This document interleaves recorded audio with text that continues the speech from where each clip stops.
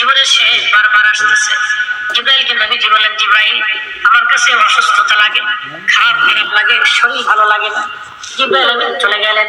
পরের দিন আবার আসছে, হুজুর আল্লাহ জানেন, তারপর খোঁজ নিতে পাঠাইছে, কেমন আছেন নবীজি? নবী বলেন, জিব্রাইল আমি অসুস্থ। আবার চলে গেলেন জিব্রাইল। পরের দিন আবার আসছে, আবার এসে খোঁজ নিয়ে বললেন, হুজুর আপনি কেমন আছেন? নবীজি বলেন, জিব্রাইল অসুস্থ আমি। জিব্রাইল আবার চলে গেলেন। চতুর্থ দিনের মাথায় জিব্রাইল আসছে। একা আসে নাই রে, মালাকুল মউতকে সঙ্গে করে নিয়ে আসছে। আহা, আমাদের কাছে মালাকুল মউত আসবে, জিজ্ঞাসা করে আসবে না, কিন্তু নবীর দরবারে মালাকুল মউত আসছে। এসে নবীজিকে সালাম দিলেন, হুজুর অনুমতি দিলে ভিতরে আসবো। নবীজি অনুমতি দিলেন। আল্লাহ জিব্রাইল এবং মালাকুল মউত দুইজন নবীজির ঘর মোবারকে তশরিফ রাখলেন। পৃথিবীর একটাই ঘর, সেই ঘরে ঢোকার আগে জিব্রাইল আজরাইল অনুমতি চান। তিনি রাহমাতুল লিল আলামিনের ঘর।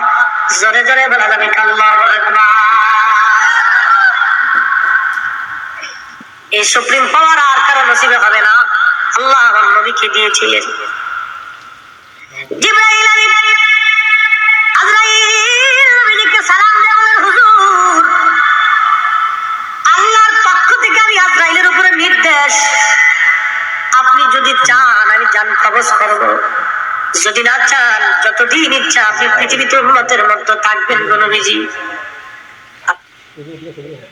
আপনার যতদিন ইচ্ছা থাকতে পারেন, যদি আপনি হুকুম দেন আমি আপনাকে আল্লাহর দরবারে নিয়ে চলে যাব।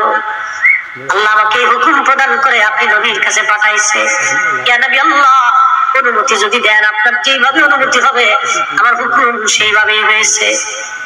হুজুর পৃথিবীতে এইভাবে কারো, আপনি নবীর আগে কারো অনুমতি হয় নাই, আপনি নবীর পরে এইভাবে কাউকে বলাও হবে না।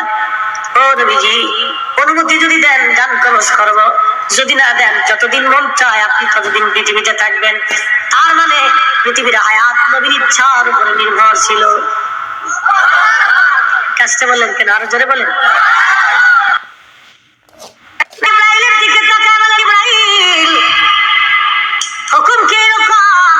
জিব্রাইল বলে, হুজুর এইভাবেই তো হুকুম হইছে, আপনি যদি চান যতদিন মন চায় থাকতে পারবেন, চলে যেতে চাইলেও নিয়ে যাওয়া হবে।